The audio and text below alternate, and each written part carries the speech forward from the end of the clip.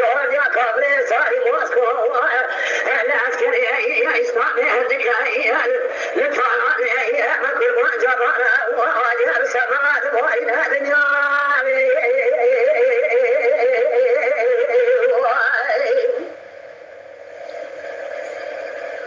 يا كسامتنا يا دري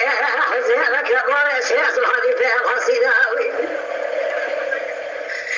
لك يا سيد مكة يا سبيل عصير وعاد سبنا في العيزاتنا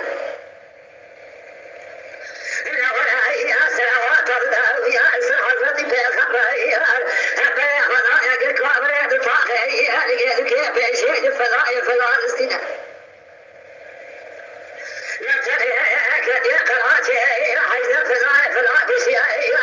تراي إسلامي بخيال بشاف فضايا فلسطين يا رينا دنيا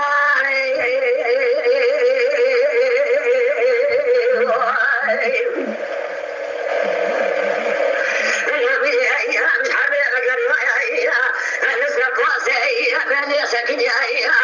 السماء بالغاية شكلك يا شكوايا جناب الساعة ضايع رشيد الدنيا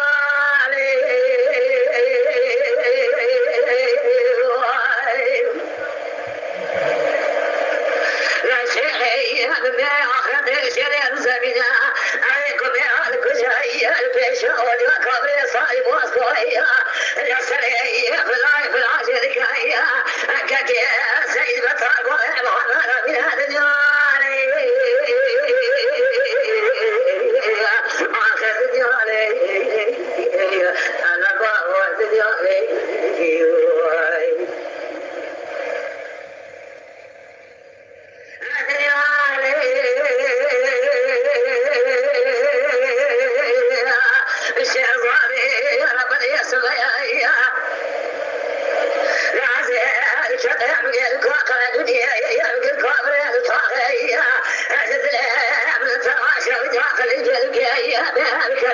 يا